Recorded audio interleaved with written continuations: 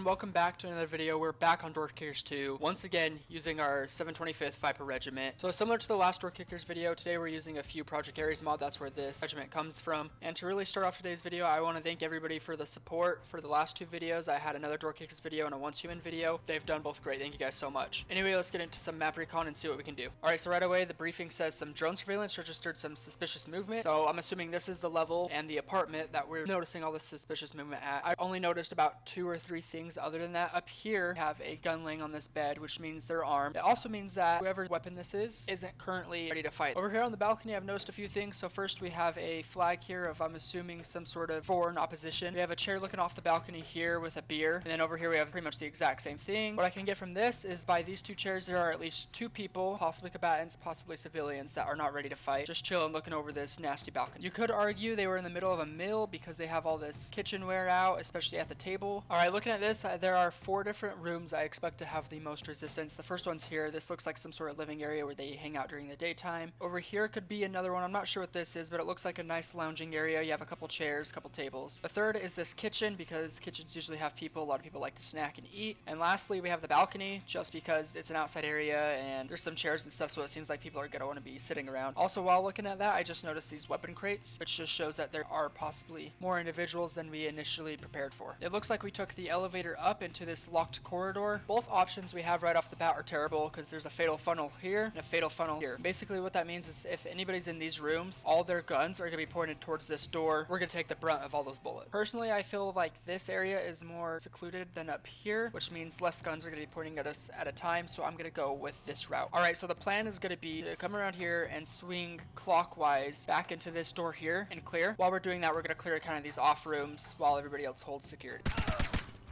Alright, so we had some guy hiding in a corner.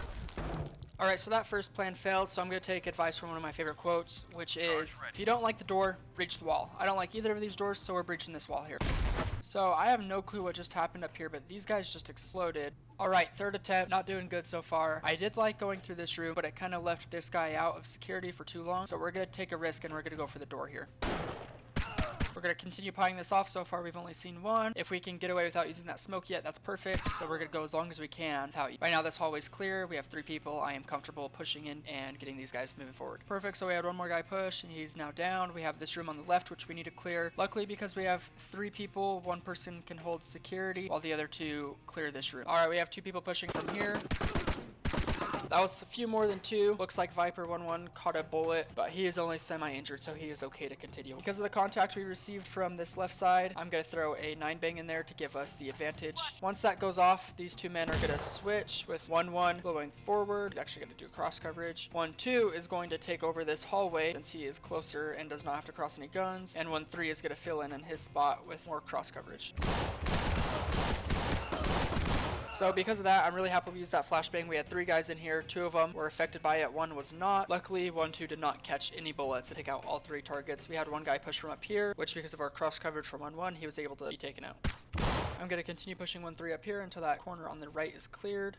And although we don't have perfect security here, I'm going to kick this door open, which will allow 1-3 switch to here and 1-1 to pie off this room. Well, he likely was exposed from back here. Luckily, he did not get shot and was able to clear the bathroom with no problems at all. That now eliminates the threat of somebody coming out from behind us, which is possible what happened last time, and it gets 1-1 back into the fight coming this way. Because we still have dead space over here, I'm going to move 1-1 this direction. We're going to clear from the top and move left. Good thing we pied there, or else he might have just walked straight into a rifle. 1-3 is going to take his corner now. 1-1 will come in, check forward, quickly check his corner before switching back to the main threat.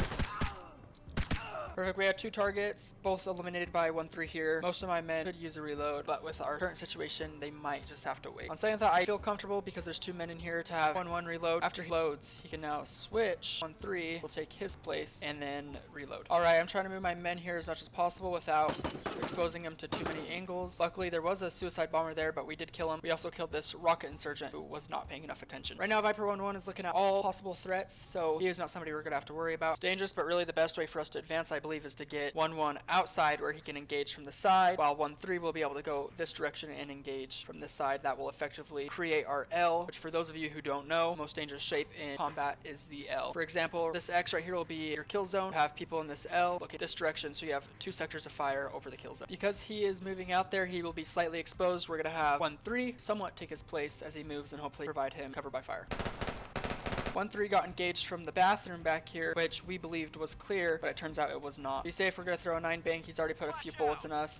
1-2 was able to eliminate the threat. He can now move up to this room here. 1-3 will move this direction, pieing off both outside and this next room. He is then going to inch forward, which will effectively clear that corner. We're gonna flip onto the other side of the door and watch outside while 1-2 pulls forward and effectively clears this corner and then switches back to the door. He's gonna continue pieing. He doesn't see anybody, so we can move our guys forward. Alright, because of 1-1 here, we now know pretty much all the outside is clear, besides maybe a small corner here. We're gonna get 1-2 and 1-3 to link up. 2 is always better than 1. Unfortunately, he did stop pieing, which was an accident, but he did eliminate our last guy after taking a shot. And with that, we have absolutely no casualties. We had a few people injured. So in total, there were 22 hostiles pacified, and once again, no units were KIA. We finished the map in 1 minute 53 seconds, and thank you all for watching, and I'll see you guys all.